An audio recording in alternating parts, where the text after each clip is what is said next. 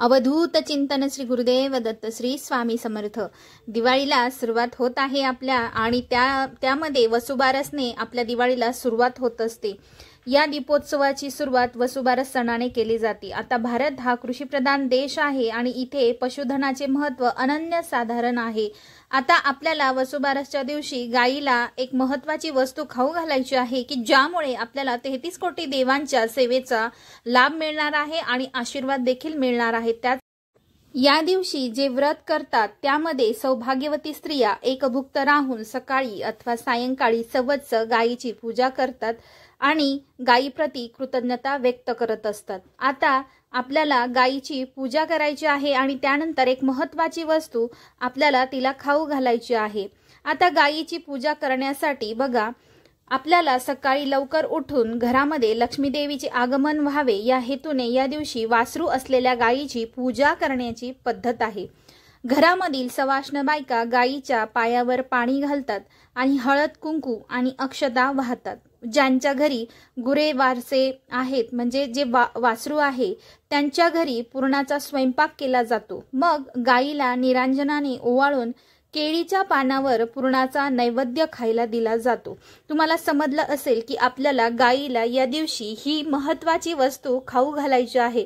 बरेच जण काम करत असतात किंवा इतर गोष्टी करत असतात म्हणून त्यांच्याकडून हा पुरणाचा नैवेद्य होत नाही आणि त्यामुळे ते गायीला नैवेद्यही काही लवकर देत नाही। साधारणतः आपण देव्हाऱ्यामध्येच छोटासा काहीतरी सिंपल नैवेद्य ठेवत असतो, परंतु या दिवशी 33 कोटी देवांचं रूप असलेल्या या गायीला जर तुम्ही पुरणाचा नैवेद्य दिला तर गोमाता आपल्यावर प्रसन्न होत असते। म्हणून या दिवशी आपल्याला गायीला पुरणाचा नैवेद्य द्यायचा आहे आणि तो वाढताना आपल्याला अगोदर गोमातेची पूजा करायची आहे, तिला निरांजनाने ओवाळून घ्यायचं आहे आणि त्यानंतर केळीच्या पानावर तिला नैवेद्य वाढायचा आहे आणि तो तिला खायला द्यायचा आहे। आता समुद्र मंथनातून उत्पन्न झालेल्या नंदा नावाच्या धेनूला उद्देशून हे व्रत केलेलं आहे।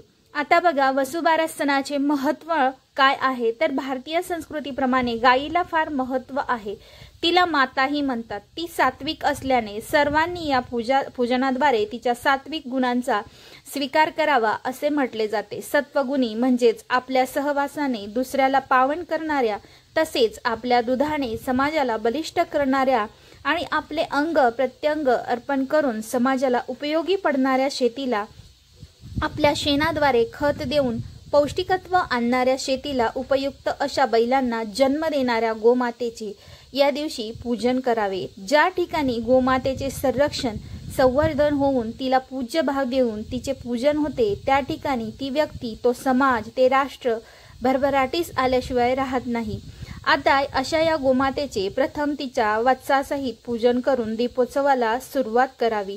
वसुबारस म्हणजे या सणाच्या दिवशी गहू मूग खात नाहीत। महिला या दिवशी दिवसभर उपवास करत असतात। त्याचसोबत बाजरीची भाकरी आणि गवारीच्या शेंगांची भाजी खाऊन उपवास सोडत असतात।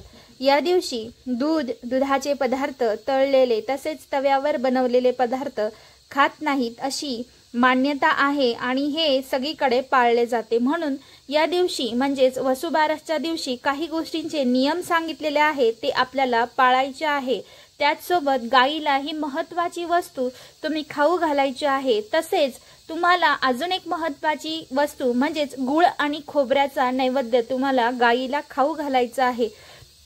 या दिवशी गायीची कोणतीच सेवा नाही झाली तरीही छोटीशी सेवा आहे, ती म्हणजे गायीच्या पायावर पाणी घालून तिला ओवाळून ही छोटीशी एक वस्तू तुम्हाला तिला खाऊ घालायची आहे। बघा, गोमाता आपल्यावर नक्कीच प्रसन्न होते। इतर दिवशी आपण नाही, परंतु या दिवशी शक्य झालं तर नक्कीच आपल्याला गोमातेची अशा पद्धतीने पूजा करायची आहे।